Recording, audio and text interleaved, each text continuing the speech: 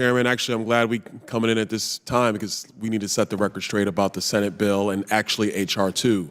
When the Senate bill was actually published, I remember I was at a dinner Sunday night when it came out, when the text came out. I read the text of the Senate bill. Many members in the House read the text of the Senate bill. Members contacted Speaker Johnson, and we were very clear. There is no way the Senate bill should get a vote in the House because it is a terrible piece of legislation that will not secure the southern border. House Republicans have passed border security measures, H.R. 2. We did it more than a year ago. Has Chuck Schumer brought it up for even debate or a vote in the Senate? No, he has not. Has the White House decided to reach out to the Speaker Johnson to debate and deliberate or negotiate or compromise on H.R. 2 and its elements to secure the southern border? No, they have not. They're in charge in the Senate and in the White House. They've done nothing except a bill that couldn't even make it out of the Senate. So I think it's important to set the record straight. Oh, also, by the way, House Republicans weren't going to vote for that bill, and that was before Donald Trump even made his view known on the Senate compromise bill. We were already against it when the bill text came out because it's a trash bill. Now, moving on. Ms. Genesekera, I think I got it right. Can you explain to me what an environmental impact assessment is? Yeah, certainly. It's an assessment a federal agency does to measure a proposed project's potential impact on the environment. Does the Biden-Harris administration, does their EPA use environmental impact assessments? They do in some applications. Typically, it's in the context of of NEPA, which is in conjunction with other federal agencies. But yes.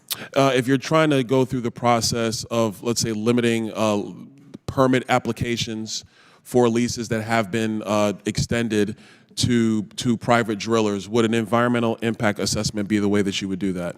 It certainly is a tool that this administration has used. It's to analyze it to death or to keep it in bureaucratic purgatory, which with a lot of important infrastructure projects, we've actually seen. This administration has backtracked on important infrastructure improvements that we put in place to limit time for review, to limit the scope of review that this administration, again, has changed to the detriment of building out energy infrastructure projects, highway infrastructure projects, and on and on. Would you argue that this administration is pretty adept at using these types of reviews to slow walk energy development projects in the United States? The Biden-Harris administration is an expert at using the federal government and weaponizing those processes to undermine the development of key energy projects that we need. Thank you so much. Ms. Mobb, I have a question for you. You said in your opening testimony that there have been embassies that have been lost/evacuated. How many embassies have, I'm going to just say have been evacuated under the Biden-Harris administration? There's been 7 total evacuations, and then there's been numerous partial evacuations. What's a partial evacuation of a U.S. embassy? It's when non-essential personnel are removed for safety purposes and then can return later. What are the foreign policy, I would say, what's the foreign policy, what's going on in foreign policy in a specific country that would require the United States to do a partial evacuation of an embassy? So the situation would have deteriorated so critically that they felt that they could not establish protection for those non-essential personnel for them to be kind of forced to leave.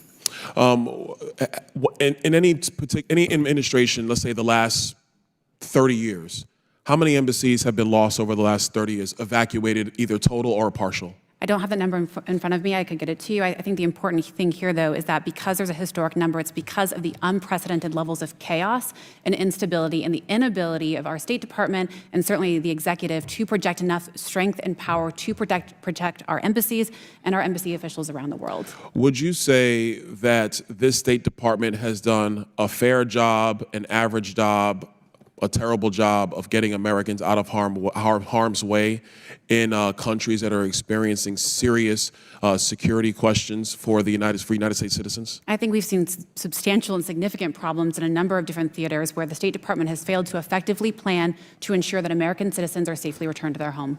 Do you think that in Afghanistan it was wise for us to pull our troops out last and for the State Department to not do everything possible to get Americans out before it was turned over to the Taliban? I deeply believe we should never leave an American behind. I was a huge advocate of withdrawing from Afghanistan. We were spending $2 trillion there, almost $300 million of U.S. taxpayer dollars there every day. But what we saw was basically a catastrophic failure of the State Department, of the DoD, of our intelligence agencies, of the National Security Council, of the National Security Advisor to effectively coordinate an effective strategy to allow our interests to remain and to get American citizens safely out. Thank you. I yield back. Gentleman yields